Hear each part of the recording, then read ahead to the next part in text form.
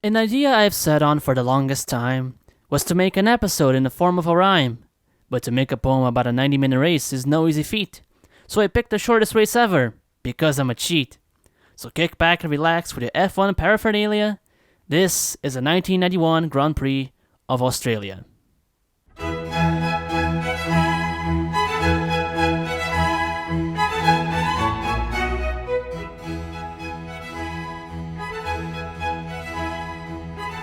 The champion Ayrton Senna had already been crowned, but the last race of the season still had to go down. Alain Prost said his Ferrari drove like a truck, with all of his French class, so the team considered him muck, and fired his sorry ass. Gianni Morbidelli was put in his place, which I'm sure put a big smile on his face. During practice, Patrese wanted to say hello to the footwork. However, he parked like a complete jerk. Aguri Suzuki felt strongly about his qualifying chances, but a crash on turn 1 turned it all to distant glances. In fact, so many drivers crashed during the weekend that you'd think the grid was comprised of complete balance. Ayrton Senna grabbed his 60th pole position. What can I say? The man was out on a mission. And behind him, 25 more drivers stood at the line, which makes me say, holy fucking shit, that's a lot of cars. And nearly missed the rhyme.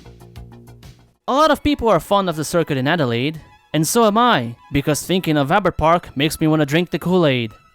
The weather that day was absolute trash, which did not bode well for a great big bash.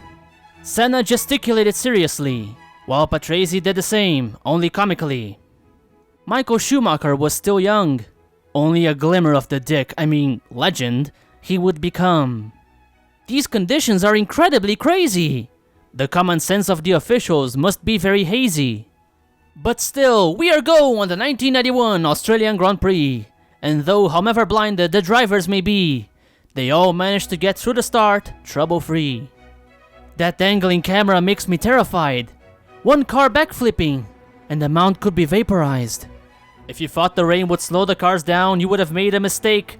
There are sparks flying from Enzo's car, for heaven's fucking sake! If this race gets even close to halfway, I will go out and dance in my underwear, laughing all the way. Rallying looks like a nice calling for a great lord and savior, although I would expect him to crash more than McRae with his behavior. Berger has spun, and Mansell takes second. With a partner like that, no wonder Senna was championed. There is a Tyrrell, on the corner of our eyes! It's Satoru Nakajima, to no one's surprise. Mansell pursues Senna relentlessly. For them, the race is going flawlessly. Piquet spins on a blaze of glory. Now that ought to make for a great story. On the Brabham Straight, cars are strewn about. End the goddamn race already! Why do you still have doubt? Also blessed be the camera mount. Boutsen retires, displaying a semblance of sensibility. At least he's got something at Ligier, apart from inability. Schumacher's out! What a tragedy! But I can't think of a good joke, such pain is comedy. Martini aquaplanes, and on the track he spins across, while Alex Caffey manages to avoid him like boss? It's like a cable yanks him to the side, it's quite bizarre. 1 minute you're just driving along, on the next you don't know where you are. I know I happened to speak well of him just earlier in this race, but fuck off, Caffey, you useless waste of space! Mansell tries to slice in a pass, but nearly ends up looking like an ass. Just a reminder that the guys not on the podium are not just crashing. But who really cares, it's not like that's interesting. Although Patrese is flapping up his wishbone, because he's got somebody else's front wing underneath his own. Mansell spun off! Let's rejoice! For now that a good driver's out, the officials have no choice.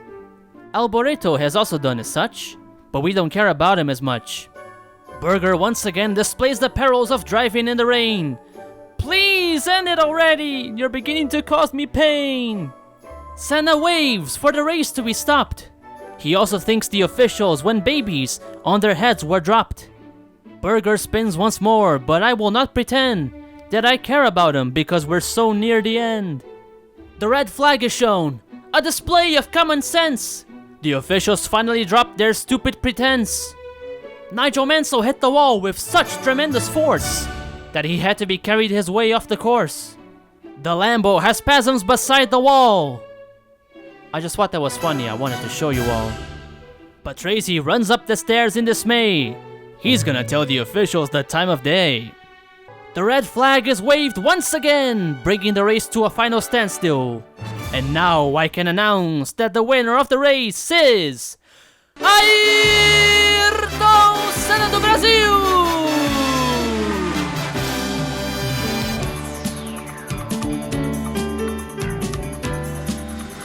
But it was not the end of curses and insults, because the officials scrambled up the results.